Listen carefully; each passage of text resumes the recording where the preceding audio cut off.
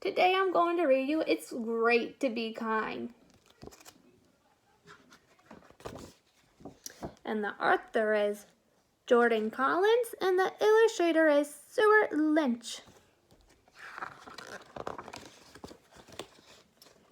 Good morning, class, said the lion with a roar. The children laughed. They knew it was just their teacher, Miss Clayton, in a costume. Welcome to Dress-Up Day, Miss Caitlin said in her regular voice. Please take turns telling us about your costumes.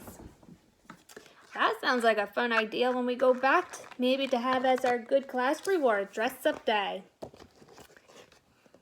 Carly showed off her dragon costume. Emily said, I really like the spiky tail. She's being a kind friend. She said something kind that she liked it. Thanks. I made it myself, Carly replied. Jack spun around so everyone could see his superhero cape. My dad sewed this from our curtains, he said proudly.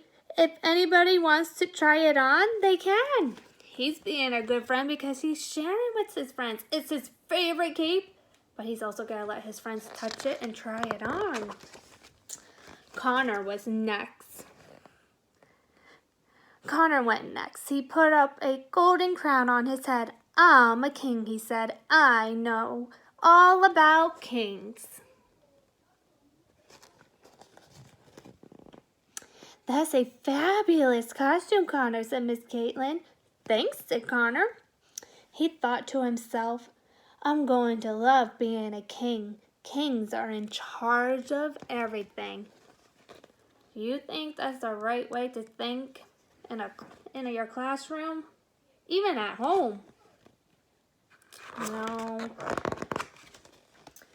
You might even lose some friends. Soon it was time for reading group. Connor saw Jack reading a book about wolves. I want that book, Connor demanded. I'm reading it now, said Jack. You can read it next. Jack is being a good friend. He's saying first, I'm reading it, and then I'll give it to you so you can read it. How is Connor acting?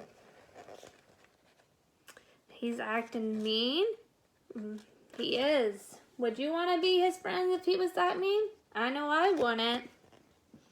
Kings don't wait, Connor yelled, and he grabbed the book. Do we grab books from anyone? Our friends, our sisters, our brothers? No, because they won't want to read with us the next time or play with us. You're also going to make them really upset.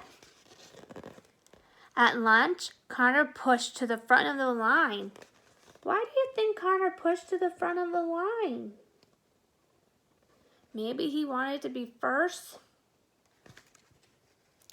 That's not fair, said Emily. Go to the back. How do you think his friends are feeling? He looks mad. She looks surprised. He looks disappointed. And Emily is mad. I can do what I want. I'm king, said Connor. He raised his hand in the air and ignored his friends. His friends are not happy with him right now. I'm a queen, but I'm not breaking any rules, Emily said. She looks sad that Connor's not listening to her words. You're not a queen, Connor said. You don't even have a crown. Was that kind to say? If it's not kind, we don't say it at all. Emily burst into tears. She's sad. It's okay, Emily, said Abby. I think your costume is beautiful, even without a crown. Abby, how is Abby being a good friend to Emily? You're right. She's giving her a hug and cheering her up. She's saying she even looks beautiful without that crown. Then Abby turned to Connor and said, You shouldn't make people cry. It's not kind. Kings are allowed to be mean, Connor said. Still, he felt bad as he watched Emily wipe her tears away. What do you think Connor should do? You're right. He should go over and apologize and says, I'm sorry.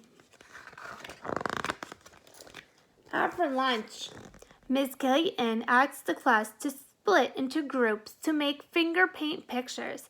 Everyone teamed up. Tina went with Shane and Carly, Ryan with Abby and Sophia, and Jack with Emily. Connor was the only one without a group.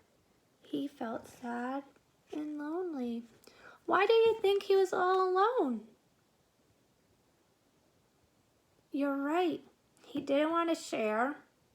He ripped the book out of his friend's hand. He wasn't kind. He told Emily that she wasn't queen because she didn't have a crown. They're afraid they're going to get hurt some more. Connor, you can work with Jack and Emily, Miss Clayton said. Why didn't you pick me? Connor asked Jack and Emily. I thought we were friends. We are friends, Jack said, but you're not being very kind today. I'm just doing what King does, Connor said, frowning. So he wasn't being kind, so they didn't want to play with him today. They were afraid. And who says kings can't be kind, said Emily. And anyway, you're not a real king. Connor shrugged.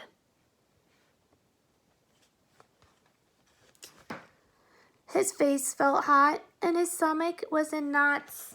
Remember how we said we get knots in our stomach and it feels really uncomfortable? He might be starting to feel what? Worry. Good job. Emily and Jack moved to a different table. Connor realized being unkind and bossy all day, he hurt everyone's feelings, pretending to be king. Well, how does he feel now? You're right, he's feeling sad. How do you think you would feel if you were Connor? That's a great idea. I think I would feel the same way too. Now he felt bad.